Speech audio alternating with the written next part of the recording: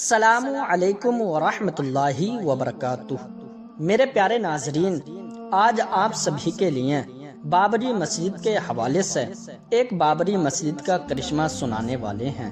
Comment box میں ایک بار آپ لوگ اللہ اکبر ضرور لکھ دیجئے، جس کو سننے کے بعد یقیناً ہر ایک مسلمان خوشی سے جھومنے والا ہے۔ وہ کون سا کرشمہ سامنے آیا ہے جس کا سننا ہر مسلمان کو ضروری ہے، اور کون کون چاہتا ہے کہ بابری مسجد قیامت تک وہیں رہے گی؟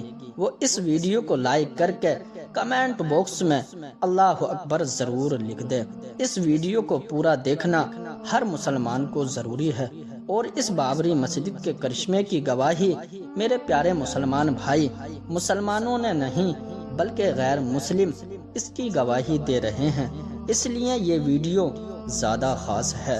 میرے پیارے مسلمان بھائیوں، شروع بات سے ہم آپ کو بتاتے ہیں یہ کیسے بنی، پھر کیا کیا حادثے پیش آئے، اسی بیچ میں اس میں کیا کیا دیکھنے کو ملا، اور آپ سبھی کو بتا دوں کہ بابری مسجد کی جو تعمیر ہوئی وہ 1523 میں ہوئی تھی، اور میرے پیارے دوستو لگاتار 465 سال بابری مسجد لگاتار اپنی جگہ پر کھڑی رہی، یقیناً برقرار رہی۔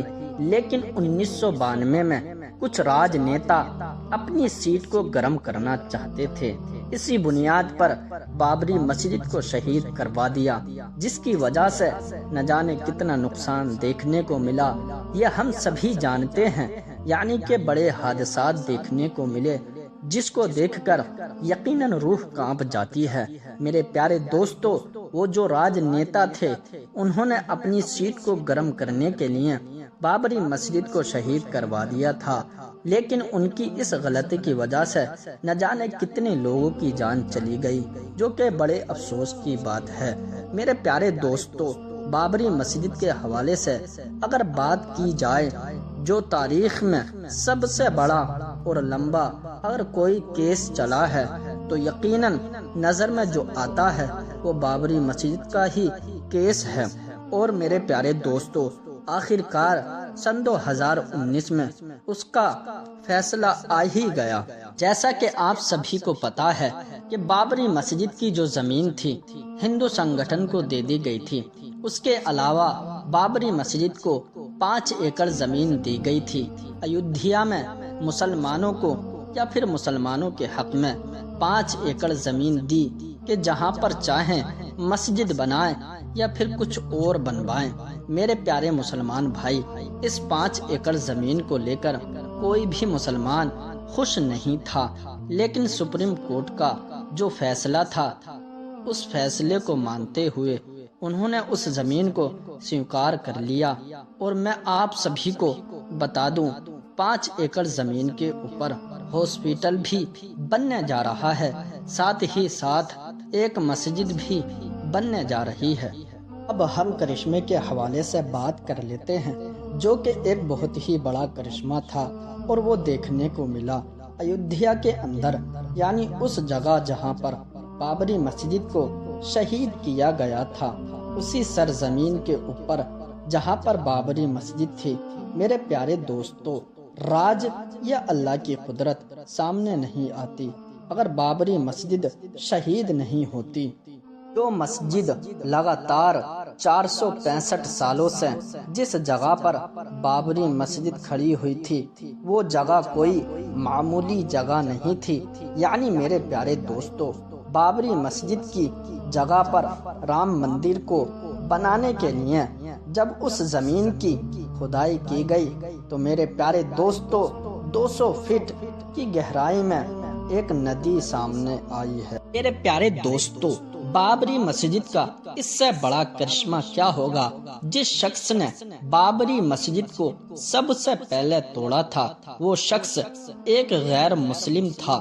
کچھ ہی دن کے بعد وہ شخص کلمہ پڑھ کر مسلمان ہو گیا، اور اس نے عہد کر لیا کہ جب تک میں 100 مساجد نہیں بنوا دوں گا تب تک چین سے نہیں بیٹھوں گا۔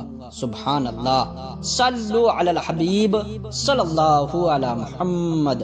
اور میرے پیارے دوستو، بابری مسجد کو شہید کرنا سب سے بڑی غلطی تھی، اور بابری مسجد شہید کرنے میں سب سے آگے رہنے والے پانی پت ہریانہ کے بلبیر سنگھ نے اسلام قبول کرنے کے بعد ان کا نام محمد عامر رکھا گیا ہے۔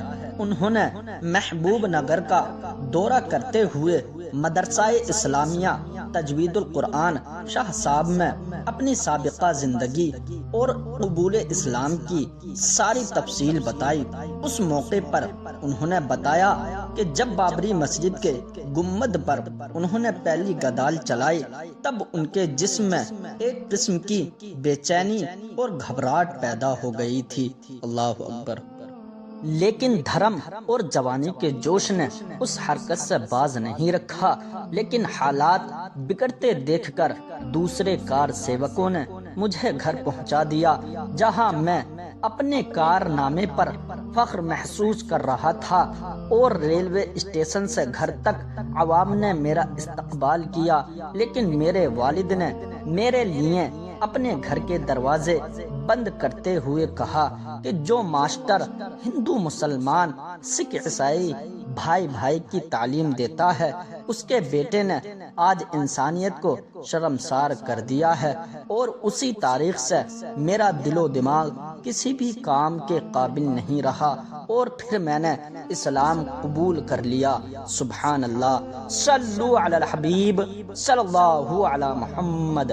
اور میرے پیارے ناظرین، بلبیر سنگھ کے دوست جو اس کے ساتھ بابری مسجد کو شہید کرنے میں شامل تھے، کچھ دنوں کے بعد ڈاکٹروں سے رجوع ہونے پر 2-3 ماہ تک زندہ رہنے کی حالت بتائی گئی، اور دوسری طرف میرے کار سیوک دوست جوگندر پال سنگھ کی حالت بھی دن بدن بگڑتی رہی۔ وہ عورتوں کو ہمیشہ ہوش کی نظروں سے دیکھتا اور خود کے کپڑے پھاڑ لیتا تھا۔ اس طرح اس کو اللہ تعالیٰ نے دنیا میں ذلیل کر دیا، اور ہر کوئی اسے چپل جوتوں سے مارنے لگا۔ گھر والوں نے حالت دیکھی تو اس کو گھر میں بند کر دیا، لیکن وہ گھر میں بھی اس کا رویہ نہیں بدلا۔ ایسے میں تنگ آ کر علاج کروانا شروع کیا، لیکن علاج سے کوئی فائدہ نہیں ملا، اور نا امید ہو کر بیٹھ گئے۔ آخر جوگندر کے والد نے پتہ معلوم کرتے ہوئے مولانا کلیم صدیقی سے ملاقات کی اور ساری بات بتائی۔ تب مولانا نے کچھ نہ کرنے اور صرف اللہ تعالیٰ سے معافی مانگنے کا مشورہ دیا۔ سبحان اللہ۔ جس پر اس کا والد مقامی مسجد کے سامنے ہی گڑ گڑانے لگا۔ اچانک جوگندر کی طبیعت میں سدھار آنے لگا۔ قدرت کے اس کرشمے کو دیکھتے ہوئے جوگندر کے والد اور پھر جوگندر نے بھی اسلام قبول کرتے ہوئے اپنا نام محمد عمر رکھ لیا۔ سبحان اللہ۔